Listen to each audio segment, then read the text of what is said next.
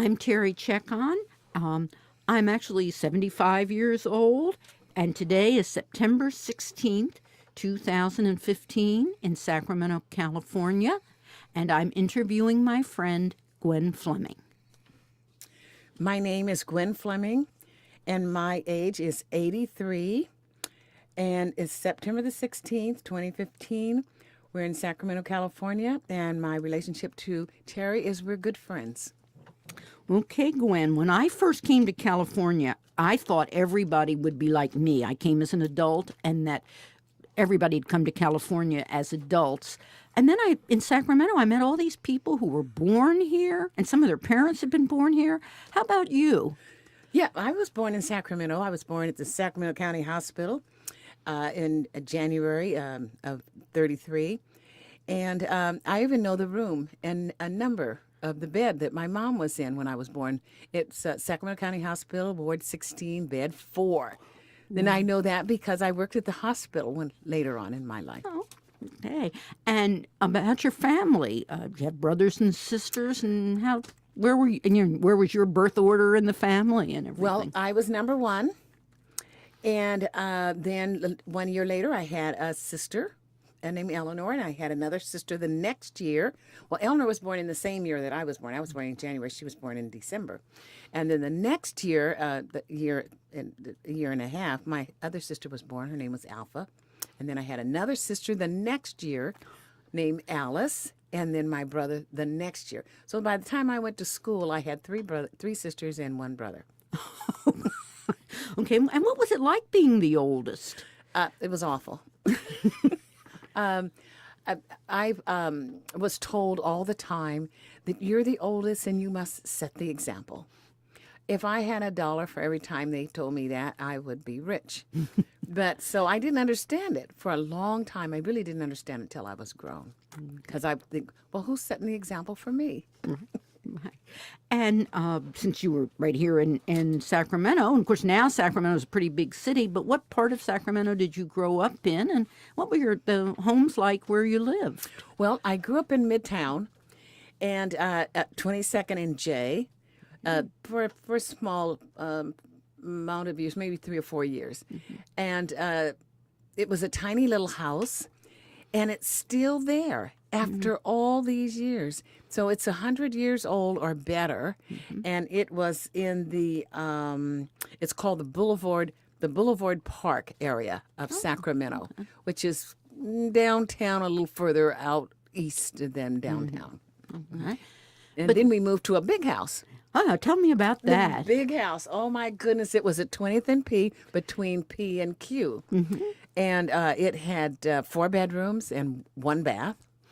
And it had a huge not family room, but huge living room, dining room, a big country kitchen, a really big entryway, and it had these steps that went up and to a landing, and then up again to another landing, and then turned and went up to the upstairs part of the house. And it was so much fun for us kids. And I think you once told me that you all played a game in that house, even with your parents. Yeah. You want to tell us about that? Okay, we played hide and seek, so Daddy worked at nights during the week. So on the weekend, we did a lot of things together as a family. And one of the things we did was play hide and seek, and we turn off all the lights and try to find each other. And so one night we couldn't find our father. And we looked, and we looked, and we knew all the hiding places because, we've been playing it for, lots of times. And so so finally we had to give up and turn on the lights. And there he was standing in the corner of the steps of one of the landings. And we would just go up and down and just run right by him. never saw him. We couldn't, because he was in this corner, so we would hold on to the banisters as we were going up and down the steps. So that was kind of fun. We did that. And of course, all kids go to school. So, which schools did you go to? Well, I went to Fremont Elementary School, and it's at 24th and N, and it's still there. It's now an adult school. And there was 2 little stores across the street. One was a Fremont Market, and then the other one was a deli across the street. And they are still there today. I went not too long ago and talked to the lady there, and the fellow that owned the store was named Mike, and that he was there when I went to school. And so I guess he just died. As she told me, he just died about maybe 10 years ago, and he was 97 years old. So the school is still there, and we would walk to school. I walked to school from 22nd and J down to 24th and N, which wasn't that far. And I stayed in elementary school, Fremont, until I graduated. And then, How about junior high and high school? and then we went on to Sutter, which is at 18th and K. It was the whole block between 18th and 19th. And I stayed there for the whole 3 years, and we had so much fun. It was a fun time. And across the street was this little cafe, and it had a little fountain in it where you could have these little drinks. You know, you put the cherry juice in and put the soda in, and it's called a soda drink. And so we'd all go over there at our breaks, and it was just fun. We'd walk to school from our place at 20th and P. And we always said, when people would come to our house, we would say, "Oh, we have to go a half a block to P." Yes, that's what, I just know your mother must have loved that. No, they didn't think it was too funny. Right. Now, how about high school? High school, we went to Sacramento High School. We then had to take the bus to school because it was quite a ways. And there was only 2 high schools at the time. There was McClatchy and Sacramento High School. So high school was a little harder than junior high school. And so of all your memories of school, usually people share all the wonderful things that happened. But was there one thing that if you had a kind of worst memory of your school years, was there one thing that kind of stood out? I think you told me about a summer job you had once that kind of got connected with school. Well, there was a couple of things at school. One of the ones is that during the summer, us kids would go and all around and look for jobs and, go from this place to that place. And one of the places we used to go to is the canneries because they would hire from time to time. And so this particular time, me and my group, my sisters and the 2 girls next door and the guy across the street and a couple of other friends went to the cannery, and I was kind of standing aside because I don't know why, I think I was a little upset with him. And the lady came out and said, "Oh, do you want a job?" And I said, "Oh, yeah." And so as I went into the cannery and I looked at my friends leaving, something sank in my heart. But anyway, we worked in peaches. And oh, God, the fuzz. I was so allergic to the peach fuzz. It was awful. I had to put cold cream, 3 days later, I would put cold cream all on my face, put a scarf on my head, a scarf around my neck. I long sleeves, and I put a rubber band around the bottom of them so the fuzz wouldn't get it. And I couldn't get those peaches on the little knives that they had. Oh, it was just.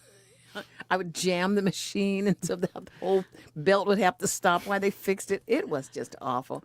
So school started so I worked there about 3 weeks. About 3 weeks, and school started, and my dad said, "Oh no, because we would work till 3 and 4 o'clock in the morning, from 4 and 5 in the afternoon till 3 and 4 o'clock in the morning to get that stuff done." And so when school started, Dad said, "Oh no, you have to go to school. You can't stay here and sleep." So I'd go to school, and by the 3rd or 4th period, my head would just slam on the desk, and I would be sound asleep. So I struggled along with that for about maybe 5-10 days, and then we had started in tomatoes by that time. And tomatoes it was warm little buckets of water with these tomatoes in them. We were supposed to take the skin off of them. And the warm water just put me sound to sleep, standing straight up.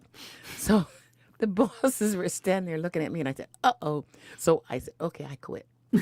And so I went home, and I was so tired, I couldn't even spend the money that I was making because But then you mentioned just yesterday that you had a job when you were in high school that sounds like a lot more fun and made you very popular. You want to mention that? Oh yeah, I worked for his name was Reverend Muse, and he had a little newspaper, and it was called The Outlook.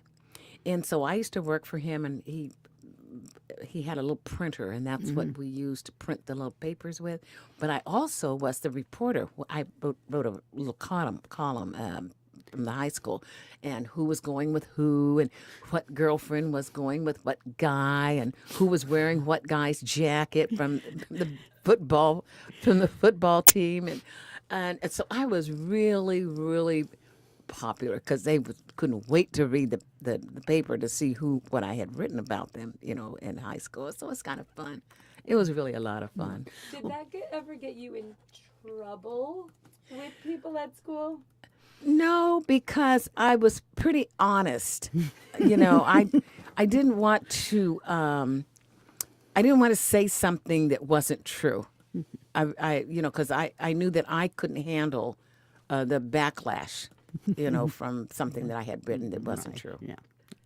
Well, of course, you couldn't go to school all the time, so there were, I'm sure, a lot of other fun things that you and your sisters and your friends did. And I all get the impression that you didn't bother to have to ride to places, that you did a lot of walking. Oh, yeah. In the summertime, we would walk to McKinley Park, which was a beautiful walk down Capitol Avenue because of all the trees. And so we'd go over there, and my dad had bought us tennis rackets, but he never gave us lessons, so we never learned how to play tennis. So you were really. not the first Williams sisters. No. No, we were just the sisters who had tennis rackets. And then then sometimes during the summer we would walk over to Woodland. The two girls next door had cousins who lived there. Now I can't remember the path, but I know there was no bridge. There was no Highway 80 or Freeway 80, but we would walk over there, and they had I think about an acre or two of land, and we would kind of picnic out there, out there in their yard.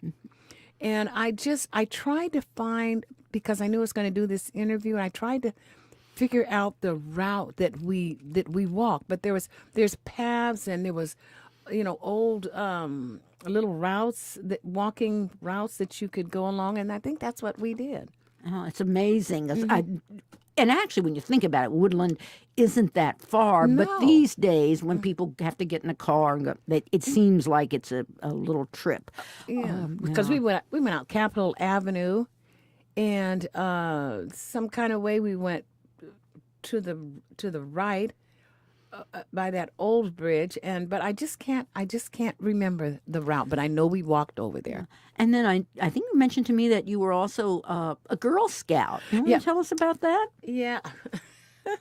Our Girl Scout leader lived on N Street, not too far from our house, so we could walk over there.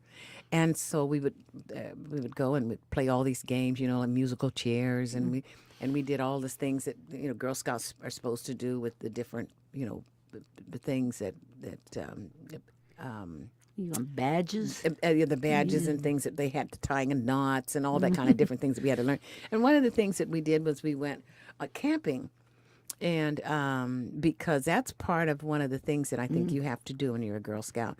And so we would walk out in street over to M, and then over on the river, and we would camp on the riverbank right there underneath that bridge where you go across now. Oh, And so we camped on the riverbank. We had our bag. We had our sleeping bag. Really wasn't called a sleeping bag at that time, but we had something that we slept in.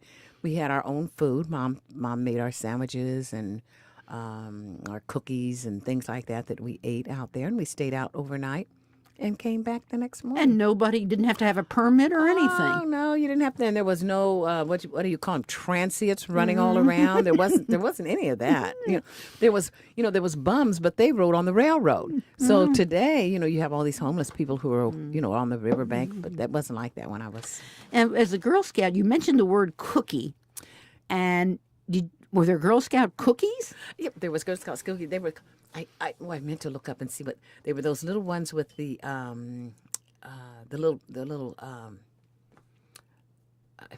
original Girl Scout cookie before they had all these other different ones, and we sold them from door to door, and they were 25 cents a box, a little box of cookies, and people bought them up. I always sold my quota.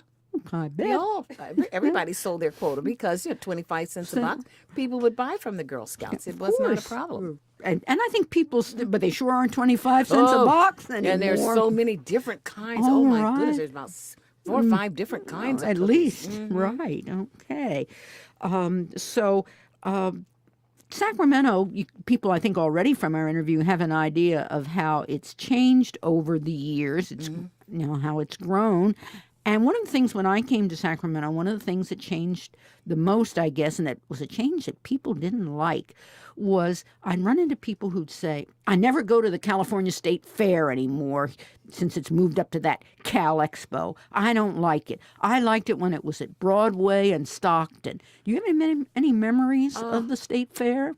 My mom and dad would pack this big basket, and it was a basket of lunch for us. And there was me and my 3 sisters and my brother. My youngest brother wasn't born yet. And we would go to the State Fair. I was trying to think of how we got there, but I couldn't remember. I think it was, I know we didn't have a car. I think we went on the bus, if I'm not mistaken. But anyway, when we got to the fair, it was just beautiful. It was this huge kind of a avenue-like type, and then on both sides was benches and tables, picnic tables. And so we would find a picnic table, and we'd put our basket on it, and then we would go around the fair, and, the fair was huge at that time. I thought it was from a child's point of view. And we'd go on the rides, or we'd go look at the animals, which wasn't my favorite thing to do. My favorite was the fruits and vegetables from all of the different places up and down the valley. Just beautiful displays of fruits and vegetables and flowers, and it was a wonderful place to be. And there was a whole lot of things. There was this lady who would be on this trapeze, with zinging across the top of the fair, and then they would have people who would try to guess your weight. They were always off on mine, so I always won a prize, and so it was fun. And then maybe about we'd get to the fair around maybe 8:30, 9 o'clock, and then around 12:30 we'd go back to the front of the fair. The entrance where we had come in, where all the tables were, and we would have our lunch, and it would be right there when we got there. Nobody had disturbed it. Other people had their baskets and things on their tables, and we didn't bother theirs. And Gosh, it was just amazing. And then you mentioned that later in life you became associated with the fair again in a different way. You want to tell us about that? I worked for I didn't work, but I was a volunteer for the Red Cross. And so the Red Cross had an ambulance that worked at the people that worked in the ambulance, I think I don't know if they were doctors or if they were just EMTs. They didn't call them EMTs at that time, but they were like EMTs. And so I rode on the ambulance with them, and we would pick up people who had fainted at the fair, or who had a problem, or had gotten hurt a little bit, and we would pick them up and take them to the Red Cross. What's it called? We had a little place out there where the Red Cross had a little. It wasn't a cabin, but it was like a little office, and we would take them there and work on them, and bring them back if they had fainted, or sometimes it would be awfully hot at the fair. Sacramento was very, very hot in those days. And it's hot today, but it was really hot then. So I did that, and that was fun. And then I eventually continued to work with the Red Cross, during the weekends when I was not in school. And I would go down to Travis and work with the soldiers down there. And so I ended up with 500 hours. 500 hours, volunteer hours for the Red Cross. And I do have a 500-hour pin, but I can't find it. Oh, okay. Well, I'm sure from our conversation that people have gathered that you are African American, and I just your childhood sounds wonderful. But did you encounter any barriers in your growing up? Any examples of racism? I did. It was Sacramento was just kind of a really easy little town to live in. We lived in a community where there was just 3 African American families, and so we got along with all of the different ethnic groups that were there. There was Japanese, there was Chinese, there was Caucasians, there was African Americans. So we just all kind of got along. We all lived in the same community. And I remember that my dad, the two or three blocks from us, it was the Japanese had a little store, and my dad had credit there, and we could go and buy things, and he would pay it off on payday when he got paid on the first. We were not allowed to go and get candy and all that kind of stuff, things that we wanted as kids. We had to have a note from our folks, and the note would tell them what my mom and dad wanted. So it was not a utopia but we knew where we couldn't go, where we could go. We couldn't go to certain places. We couldn't go to the high-end restaurants because they were prejudiced, didn't allow, at that time it's called colored people to come, and none of the hotels, the high-end hotels. You mentioned a lady that lived near your elementary school who was, sounds like she just didn't like kids, period. Well, she certainly didn't like us because we were, we would all walk together, the African American kids. Well, we didn't call African American kids at that time. We were called colored kids. And we would all walk together because there was the 2 girls next door, my 3 sisters and my brother, and the 2 across the street. And so we would all walk to school together. We were all the same age. And so we would pick the fruit, and there's lots of fruit in Sacramento, all kinds of orange trees and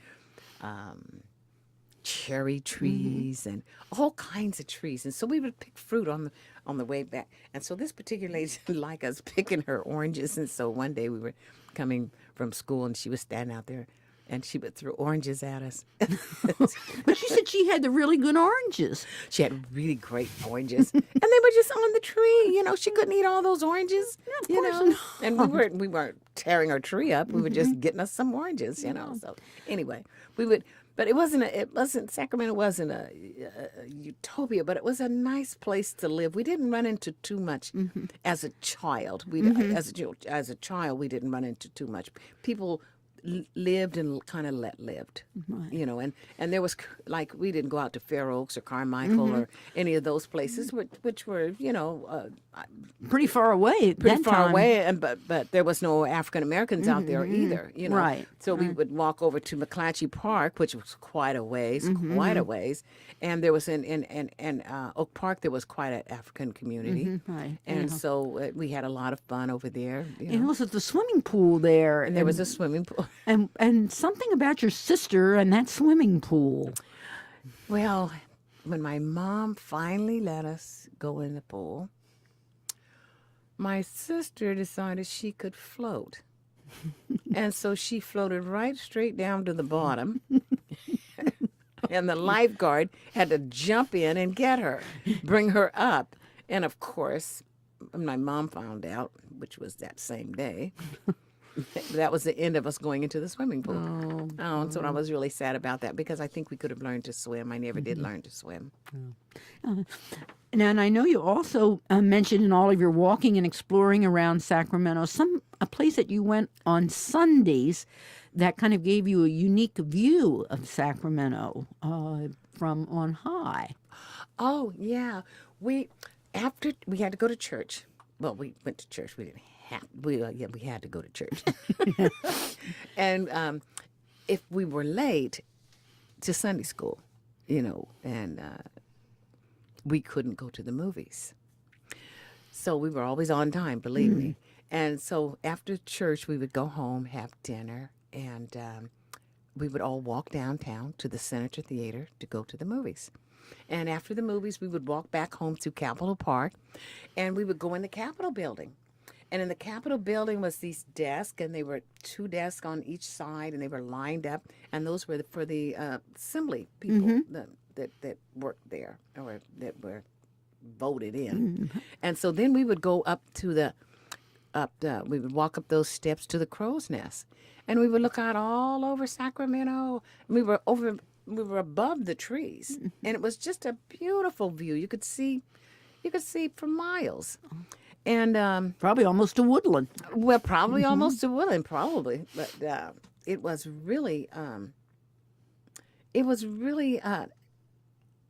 fun time. We just had fun. And then we would come back down and we'd walk all through the Capitol Park. There was so many things in Capitol Park. There was a fish pound. There was this little thing that was there. It was a sundial. It would tell the time, from how the sun moved.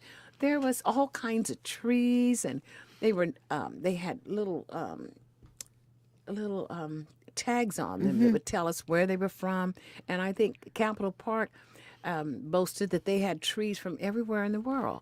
A tree Yeah, from I've everywhere in the heard world. that, and they still have, I think, those little tags for do the they? trees. Yeah, they've kind of gotten a little rusty with time, but I've seen them there. Well, of course, nobody stays a kid forever, and so people reach high school. And you did mention when we were talking about barriers, you did mention that in high school. Things you did notice some things about taking choices in classes and things like that. Yeah, well, let me tell you first about the Turkey Day. Okay. Okay, there was the two high schools Oh, that's right. in Sacramento. It was McClatchy and Sac High. There was really one out also in El Paso. It was called Grant High. That was Right. still there too. That was there too, but it was Sacramento High and McClatchy High that had this Turkey Day Oh, game. that's right. It was a Turkey Day game, and everybody, I tell you, the Hughes Stadium was just full all the way to the rafters, and they would have these flashcards. You practice these flashcards. People would sit them in their lap, and they would turn them up, and they would spell certain things. And so we went. That was Turkey Day, and then. In high school, I noticed the change in how people related to us. They wanted us to take, African Americans, to take sewing and cooking. And they said, well, you don't need to take shorthand or typing because nobody's going to hire you in an office, So, but we said, well, we don't want to take cooking. I don't like to cook, So we would take typing anyway. And, we were able to take it. We just made our counselors say, well, this is what we want to do, and so we did it. But when they would come to interview, when they were high school, when you were seniors, and they would come to interview, like the different companies would come to interview. A telephone company was one. They would, we would go down to the little auditorium, and they would interview us and take our application. But after it was all over, all the African American applications were in the wastebasket. So, Okay. Yeah. So there were barriers, and you overcame them. So your adult life was both on the work front and certainly with your family was very successful. Tell us a little bit about the family you raised in Sacramento and how that went. Well, I had 4 children, and my husband and I divorced when my baby was, when the 4th baby was a month old. And I had a daughter, and then I had twins, and then I had another daughter. I raised them, and they were really good kids, really good kids. I stayed home with them for a little while because their father did support us. And then I went to work when they went to school. And they have turned out to be just really great kids. My son is an engineer, and my oldest daughter is a teacher. My second daughter is a school administrator, and my youngest daughter is a flight attendant and has been she's worked for the airlines for 27 years. But she's worked. And you always say that in some ways, because that she's the best educated of all. Oh yeah, because she's been everywhere in the world. Just everywhere American Airlines flies is where she's been, all over the world. And then she's taken us too. She's taken me to Canada and to England and to Europe and to Mexico and just all kinds of different places. And so that's been fun. Well, and then there's some more generations coming along. Yeah, and I have 6 grandchildren, and all of them have a degree from a university except one. And so they're doing really, really well. My grandson has he's a structural engineer, so that he had to do an extra year to get that. And they all have really wonderful careers. They work for, I won't name the companies, but then I have the one granddaughter who's working on her doctorate degree. And she wants to be a person that teaches teachers how to teach. Well, could sure use that. Now, and you mentioned, and I believe you have 7. I have 7 great grandchildren. I have my oldest great grandchildren. My oldest granddaughter is 14. She's an honor student, and the next one is 9, and she's an honor student. And then, of course, the others are just little. Right, I've seen pictures of them. I happen to know the 14-year-old and her sister, and they really are great kids. I guess I have a special.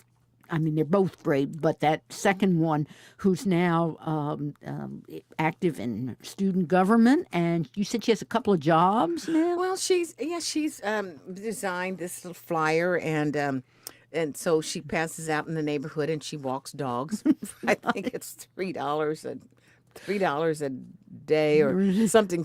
I'm not sure the exact price of it, but she gets a certain amount to walk these dogs, and.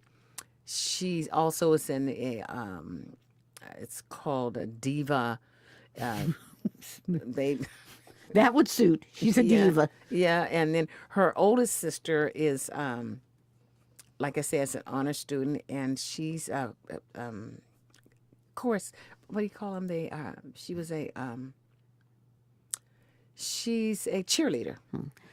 For her high school. But this is in Texas, so you don't get to see them all the time. Get to see them all the time. So I fly to Texas on a regular basis. I'm going for my daughters. My oldest daughter is going to be 60 in 1 week, and this is September the 25th, 2015. She's going to be 60 years old. And then I have twins, and they're 59 already, so they're going to be 60 next year. Right. So. And then my youngest daughter is 57. Oh, good. So those kids came along pretty close, and you're raising them. I think was what really made you such a great fit for the homework center at the library, which is where Gwen and I met, because, as I say, she could cope with all the issues that kids brought from home. As she said, all the excuses for not doing their homework that any parent or kid could come up with, because she probably heard them all and dealt with them before. As we bring our interview kind of down to a close, Gwen, what would you, if you were going to be talking with your great-grandchildren, your grandchildren, what would you say is sort of your legacy to them, and what you kind of wish for them? Well, my children were raised in Sacramento.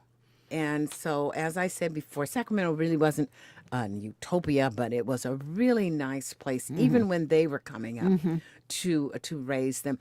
People seem to allow people to live and let live, and that was kind of the way I grew up, and they did too.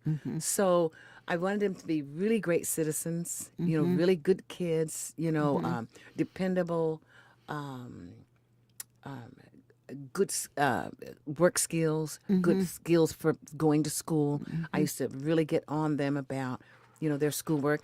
And in summertime, they had to read, just like Ben Carter's, and his brother had to read. My children had to read. They had to read a couple of books every summer, and then they could do the things that they wanted to do. So when I went to homework for the went to work for the library, as a coordinator for the homework center. The experiences that I had raising my own children, I took with me, and I would tell the parents, your children are not with you forever. This is a short time, so take the time to be with them, do the things with them, you make sure that they can be self-sufficient. You know, you don't want to be going to the jail to see your kids. You don't want to be, having to support them for the rest of their lives, having them live with you. My kids never stayed with me after 18 or 19. After They were college, ready. they were gone, and they never came back. So. You mentioned the library, and I realized we forgot one really important thing. One of the places that you used to hang out as a child, you liked to read, was one of our libraries. You just want to mention real quick what that was? We lived at, like I said, 20th on 20th Street between P and Q, and the McClatchy Library was at 22nd and S, I think is the street. And so I would walk over there. My mom would let me walk over there about maybe once or twice a week. And I loved the library. Oh, gosh, it was so pretty. Upstairs was the children's library part. And then it had a big window seat. And I used to sit there and read. And my mom would call the and I could stay there all day. And my mom would call the library and say, send her home. Tell Gwendolyn to come home. And then... And you had a special place at home that you liked to go to read, too, you mentioned. Oh, yeah. And, being the oldest, you were always called on to do all these things. So I just wanted my own space. And so I would go crawl up underneath the house to one of the, the areas where there was a little window, not a window, but can't think of the name. Crawl space. Crawl space. And so I would crawl up underneath the house, and I would just lay up there and read and I'd nap, and I could hear everybody upstairs, but I would, I would stay. And so my dad told me, stop going underneath the house. And so I would continue to go anyway because it was just such a nice, cool place to be.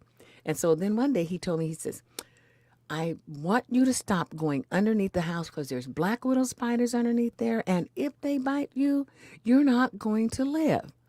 Well, that scared the kajeebies out of me, so I stopped going underneath there. But you found lots of other places to read and are a reader to this day. Right, I love to read. I've been in the book club at Martin Luther King Library for almost 25 years. Right. So, Gwen, I thank you for being my friend and for being part of this interview today. I think we've just about come to the end, and I hope you've enjoyed this experience as much as I have. Oh, I really have, and I enjoy telling my story, and I can't wait for my children to hear it. Yeah, I can't wait for them to hear it either.